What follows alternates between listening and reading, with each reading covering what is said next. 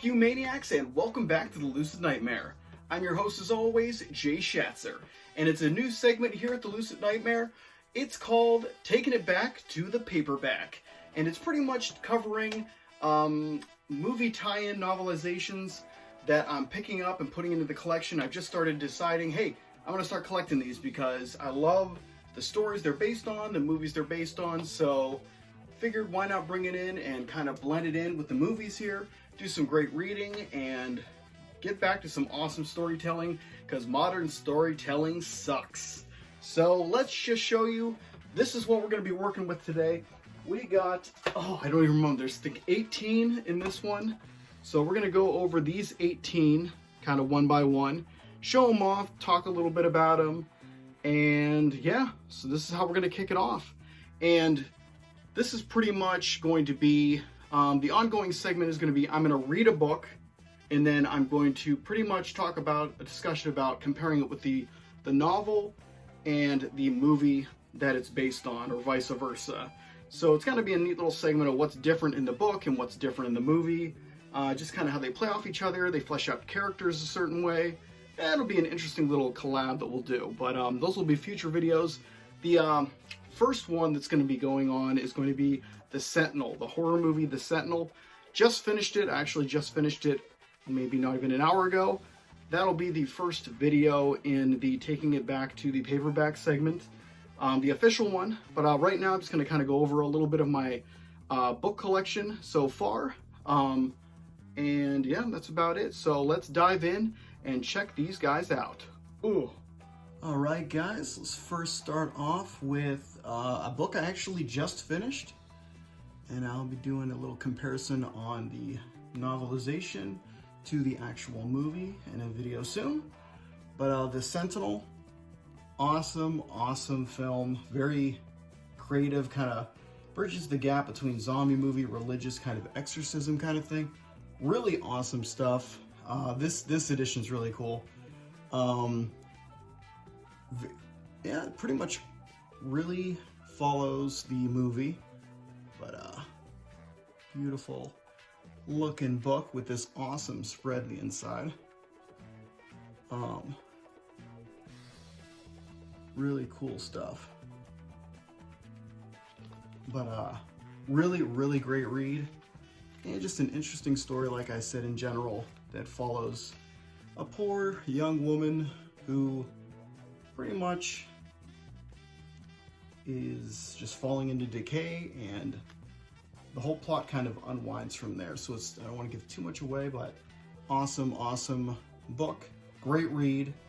Yeah, fantastic stuff. But up next is Waterworld.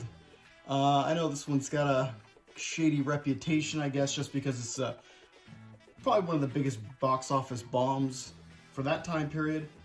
But Waterworld is really cool. I like Waterworld, and Kevin Costner is awesome. But yeah, love this movie. Always loved it, and kind of interested to see what this one's all about. It's a novel by Max Allan Collins and based on a motion picture written by Peter Ryder and David Twohy. Yeah, I'm interested to see, because I know the movie has a bunch of different cuts. It went through like production hell with Kevin Costner kind of being too much, and took over director from Kevin Reynolds, I believe was the director. And he kind of did his own cut of it, and the production budget just skyrocketed. But just interesting to see what story they follow in this one, because it really is just an interesting production. And I love the movie premise. I always got a kick out of it. But interested to kind of see what the novel has to say about the story and what they kind of go with. But yeah, Waterworld. And next is one of my favorite movies of all time. Really happy to have this one. Picked it up recently. The Labyrinth. Novel based on the Jim Henson film. By A.C.H. Smith. Even got some color pages in here of the movie. But Yeah, I know this movie like the back of my hand, so it's going to be interesting to see how it flows in the story in this novel, and just to see if they kind of extrapolate anyone's story, kind of move scenes around, or just to see their take on it through a novelization kind of angle. But as you can see, got the movie stills in there, and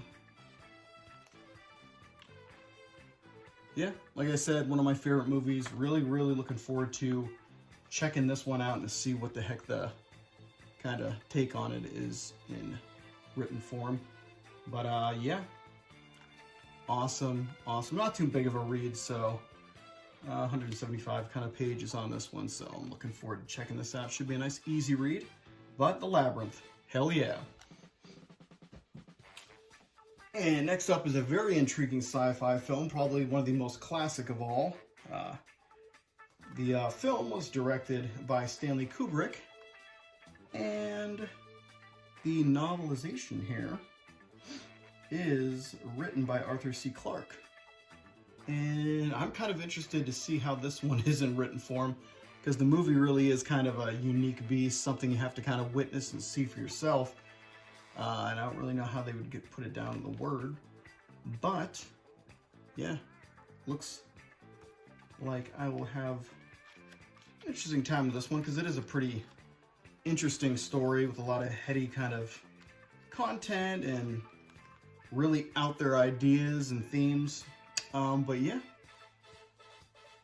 it looks like a really great addition. I kind of really love the look of it. It's got an extra sheen of silver all over it, but yeah, good stuff. Next is an awesome drama, like a teen drama about a gang of kids growing up and trying to figure things out, and just an awesome story in general. It is The Wanderers, and I'm really interested in checking this one out, reading it and seeing the differences from the film. This one's written by Richard Price, and so soon a major motion picture. So I don't know if this is, the movie was based on this novel, or if it was off a screenplay or what. But yeah, I'm just interested to check it out and see what it's all about. Like I said, the film is amazing. Really great music, great characters, great scenes. Oh, I love the red kind of edge of this one too, this edition. But yeah, so excited to kind of check this one out and see what it's all about. And I'm gonna have to revisit the movie because it's been a while to kind of refresh my mind. But awesome stuff. Like I said, just a young kids in the gang called the Wanderers, who kind of go through the trials and tribulations of being teens. You know, meeting women, getting into fights, fighting other gangs. It's really interesting stuff. Just really cool content, and want to see what this whole novel is about and how much it follows the movie, or how much the movie kind of veered from the novel, but we will see. The Wanderers. Oh no, this one's great. I got all kinds of genres in this one. We have a fantasy film with, it's mostly known for its stop motion by Ray Harryhausen. But this is Clash of the Titans, and this edition's pretty cool looking. Got some shiny lettering over here, embossed or raised up, and Alan Dean Foster, a novel by Alan Dean Foster, and it's based on the original screenplay by Beverly Cross. So I am really looking forward to checking this one out to see how much it veers from the movie, what things they've taken in or taken out, because I don't really know the history too much on this one. But it's got some stills in the midsection of there. And yeah, I just love this movie to death, or the story to death, the movie, the original movie. And interested to see how it kind of plays in the written form, what they tackle, what they kind of discard or add to the story. But beautiful artwork. I love that. That cover is just awesome. And the spine's cool too. The Clash of the Titans. awesome, badass fantasy film. I actually watched this in high school for one of our kind of like last days. It was, I think it was like senior year or something like that, where we just, the whole week was just kind of shitting around, and for some reason we watched this movie and there's nudity in it, so everyone was giggling. But Clash of the Titans, badass. Love the film, and I'm really looking forward to reading the story here. Nice stuff. But up next is one of the greatest sci-fi films ever made. The movie was directed by Ridley Scott, and this is Blade Runner. And it's the novel by Philip K. Dick, Do Androids Dream of Electric Sheep? But I'm not sure if this is just that story or if this is based off the movie. I don't know if it's just a direct story by Philip K. Dick. I don't know if it's the original story or not. I'm assuming it is, so it's not like based off a screenplay of the Harrison Ford film directed by Ridley Scott. So it might differ a great deal, because I don't think it was a word-for-word replay of the novel of the story by Philip K. Dick. So I don't know too much, but it's kind of be interesting to kind of look into it, because I know like Waterworld, Blade Runner had a very, very strange production history where there's various different versions of the movie, conflicting endings, narration. So I'm wondering what this story kind of tackles, and I'm kind of interested to see what they do with it, since this is the Philip K. Dick story that Blade Runner was culled from. But yeah, love this movie and looking forward to checking out the book. And up next is a great horror sci-fi combo from I can't even freaking ring, Tobe Hooper. That is Life Force. Crazy film. And I was really like taken aback when I found this in the used bookstore. I was like, holy shit, there's an actual novel of Life Force based off of the movie, and I had to kind of pick it up right then and there and check it out, because like I said, the movie is absolutely crazy. It's pretty much just space vampires that are brought back to Earth, and they're pretty much running amok. But the main pull of the movie is Matilda May plays this main female vampire, the queen vampire, but she is nude the whole movie, and that's kind of like the I don't even know the right word to say for it. It's kind of the draw of the film, but it's epic in scope, and it gets pretty crazy. It's just a whole worldwide catastrophe by the end of it, and it's actually directed very well by Tobe Hooper, and yeah, just an awesome, crazy story, and I'm really looking forward to seeing what the actual hell happens in this story, if they kind of stick to what happens in the actual movie. This is one's by Colin Wilson, and yeah, it's going to be a wild ride. If it's anything like the movie, it's going to be one hell of a wild ride. But Life Force, great stuff.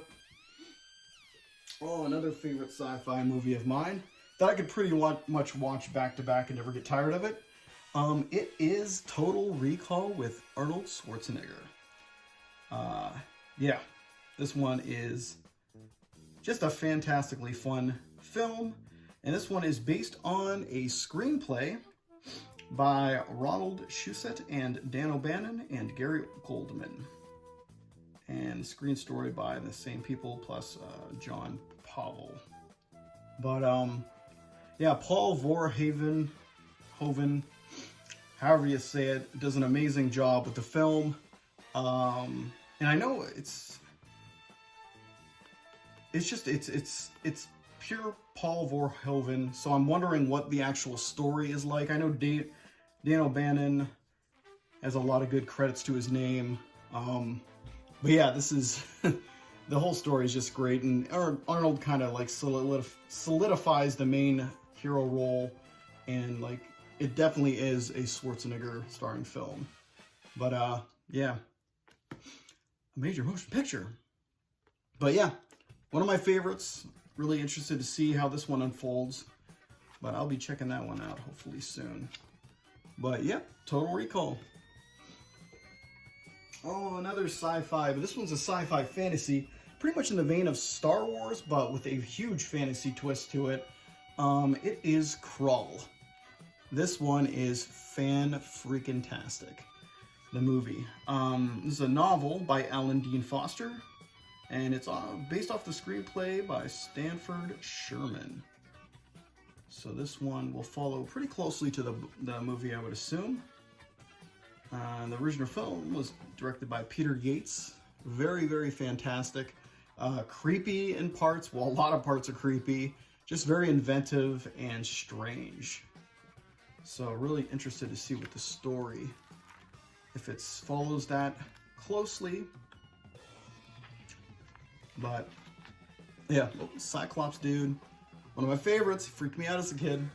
But Krull, damn, I'm excited to read this one. I think this might be the next one I'm going to read because it is one of my favorites, and it's just a very bizarre story with a lot of interesting twists and turns.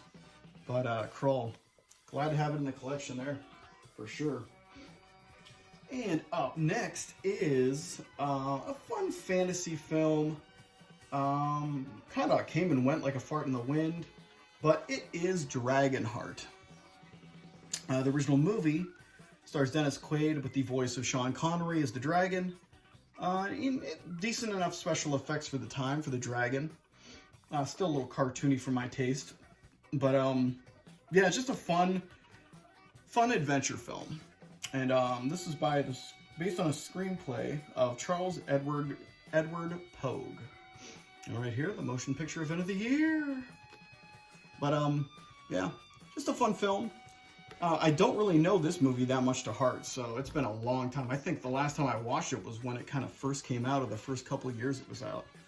So definitely have to watch the movie again to kind of refresh my memory, or maybe just read the book and then watch it to see what the differences are. But Dragonheart, yeah, it's an interesting pickup.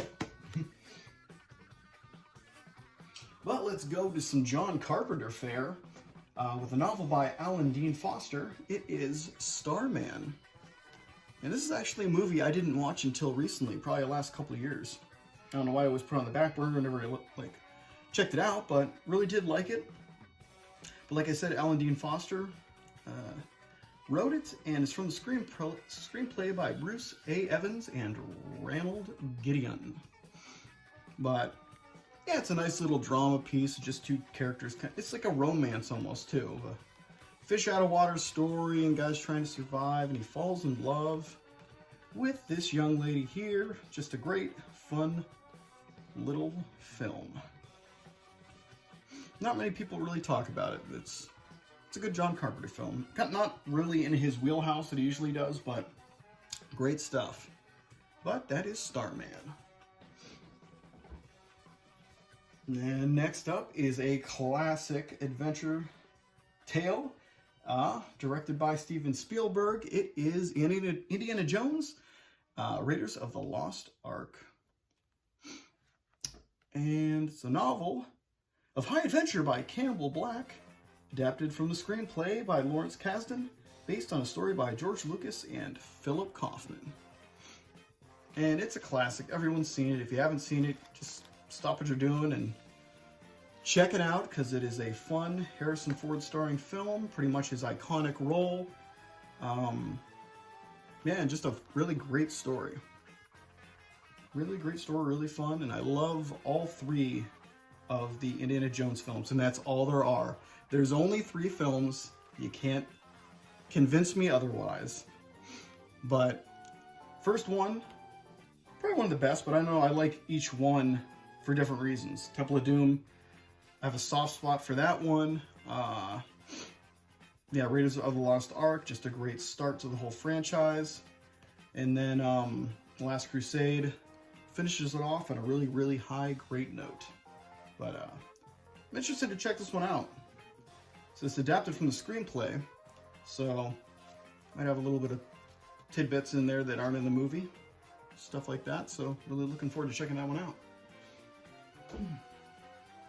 But up next is, I believe it's the It's the movie Battlestar Galactica that it's based off the TV show, but I believe the movie is kind of like a collection of episodes that make it into a movie. Don't really know too much about Battlestar Galactica, but figured I'd pick it up because I am a sucker for sci-fi, especially from this era. But I own the movie in different formats, but I've never actually sat down and watched it, so gonna have to do that someday. But nice to have this book in the collection if I want to sit down and have a nice read, because I know the story of Battlestar Galactica is very interesting.